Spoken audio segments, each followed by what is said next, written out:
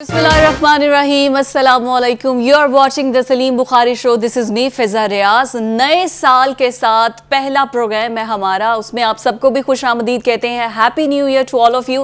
बुखारी साहब आपको भी happy new year. Thank you so much. कहने वाले कहते थे ना कि घबराना नहीं है, तो मेरे साथ भी आपने बस घबराना नहीं है। वो घबराए तो हम उनके साथ नहीं जिनसे घबराना चाहिए। आप तो खैर बहुत प्यारी चीज हैं। बुखारी साहब 2017 के बाद हम इकट्ठे स्क्रीन शेयर कर रहे हैं। It's really an honour working with you. I hope so कि बड़े अच्छा हमारी जर्नी रहे। प्रोग्राम का आगाज करते हैं जी। आज की हमारी जो टॉप स्टोरीज हैं, ओपन डिस्कशन है। सबसे पहले तो पाकिस्तान तहरीके इंसाफ, जब वो हुकूमत में थे तब भी एतराज करते थे, अब वो हुकूमत में नहीं, अब तो उनका एतराज करना बनता है। और अब एतराज हो रहा है जी वो तमाम कैंडिडेट्स जिन्होंने अपनी कागजात नामजदगियां जमा करवाए हैं। एक कहानी तो ये रही कहानी, लेकिन यहां पर खत्म नहीं होती। 3 बार के रहने वाले वजीर आजम नवाज शरीफ साहब, उनके कागजात पर भी एतराजात उठा दिए गए हैं। और कहानी आगे बढ़ते हुए चलती है जी तोशा खाना के साथ के तोशा खाना में इमरान खान ने, चेयरमैन पीटीआई ने, और उनकी जानिब से जो तोशा खाना में टीका लगाया गया है आवाम के पैसों को, 3 अरब से ज्यादा का टीका लगा है जी। और कौड़ियों के दाम पे अरबों रुपए के जो खजाने में जमा करवाए गए थे तहाइफ,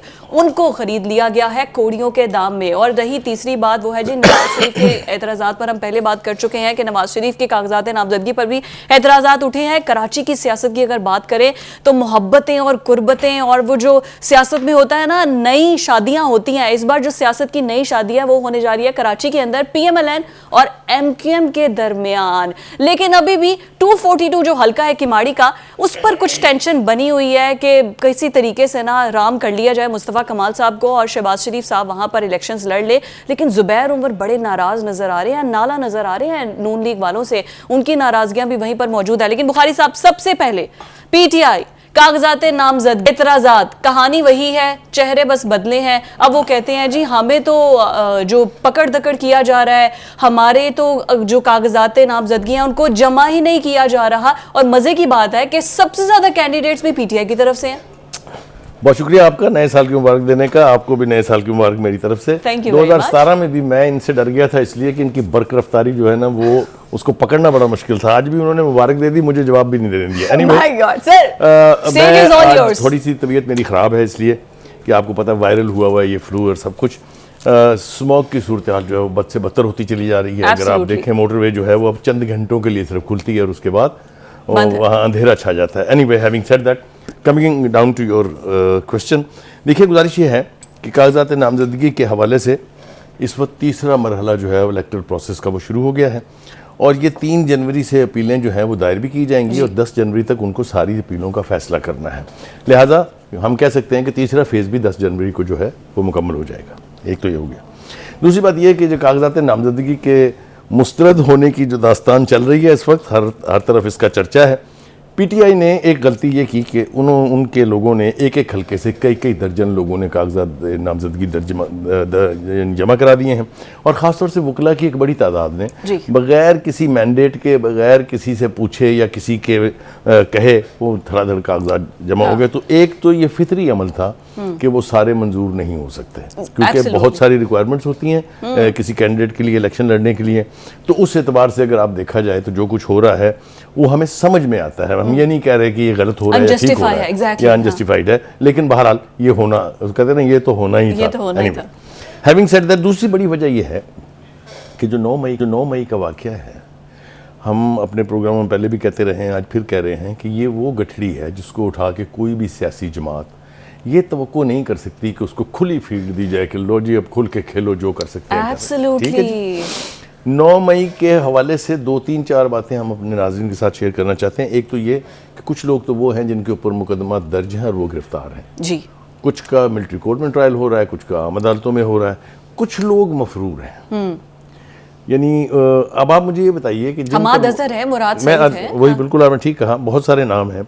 अब आप मुझे ये बताइए कि जिनके ऊपर मुकदमात चल रहे हैं या जिनको सज़ा हो गई है या जो लोग मफरूर हैं, कैसे उनको इजाज़त दी जा सकती है कि जनाब आप आएँ और आके इलेक्शन से आप इलेक्शन लड़ लें। एब्सोल्युटली। तो एक तो ये दूसरी बात आपने कहा कि नवाज शरीफ के कागजात जो हैं उनके ऊपर भी एतराज़ उठा है।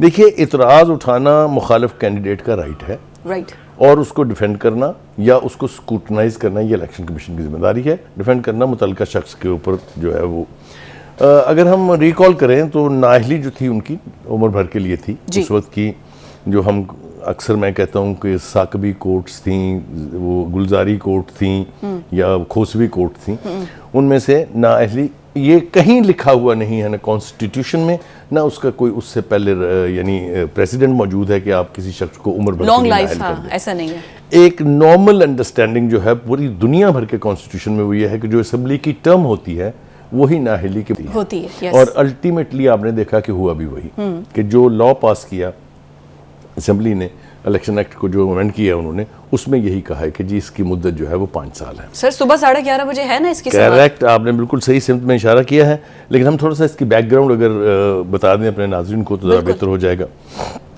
वो ये है कि जब इनकी नाअहली हुई थी तो उसके बाद ये मामला जो है कोर्ट तक पहुंच चुका हुआ है। सुप्रीम कोर्ट का एक 7 रुकनी बेंच जो है वो कल इसके ऊपर फैसला करेगा। हवाला जो है वो एक अपील पेंडिंग पड़ी हुई है काफ़ी अरसे से, बादशाह खान कैसरानी साहब की। डिग्री तो डिग्री होती है, वो एक हवाले के तौर पे इस्तेमाल हो रही है, चूँकि जो डिप्टी अटॉर्नी जनरल थे उन्होंने सुप्रीम कोर्ट से कहा था कि जी आप इसको फिर समाअत के लिए मुकर्रर कर दें, जो कि हो गई है।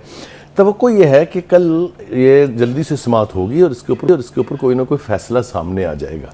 इसलिए कि इसको इसलिए लिंगर ऑन नहीं किया जा सकता because it's a question of deciding somebody's fate कि उसने इलेक्शन लड़ना है या नहीं लड़ना। एग्जैक्टली। और फिर ये कि नवाज शरीफ इस एतबार से अकेले नहीं है, आपको पता है जहांगीर तरीन के साथ यही हो चुका है और पहले भी कुछ बहुत सारी डिस्क्वालिफिकेशंस हुई थी। आपको याद है तलाल की हुई थी, दानियाल अजीज की हुई थी, सारे बहुत सारे नाम हैं। तो इस एतबार से हम भी तवक्को करते हैं कि सुप्रीम कोर्ट इस मामले में सही फैसला इसलिए कर पाएगी कि जब से काजी फायज ईसा आए हैं आपने देखा कि सुप्रीम कोर्ट का रवैया यह है कि जो भी पार्लियामेंट एक्ट पास कर दे, कानून पास कर दे, अमेंडमेंट कर दे, वो उसको रिस्पेक्ट कर रहे हैं।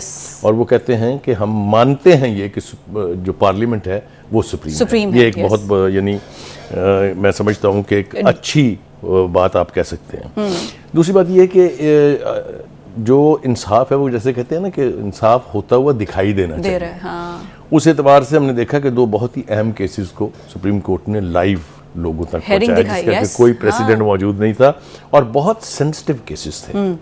एक तो इलेक्शन ही के हवाले से था अगर आपको याद हो, और दूसरा भुट्टो साहब की जो फांसी है उसके हवाले से था। तो हम ये तवक्को करेंगे सुप्रीम कोर्ट से कि वो मेरिट्स पर फैसला करके इस केसिए को हमेशा के लिए तय कर दें। ठीक हो गया।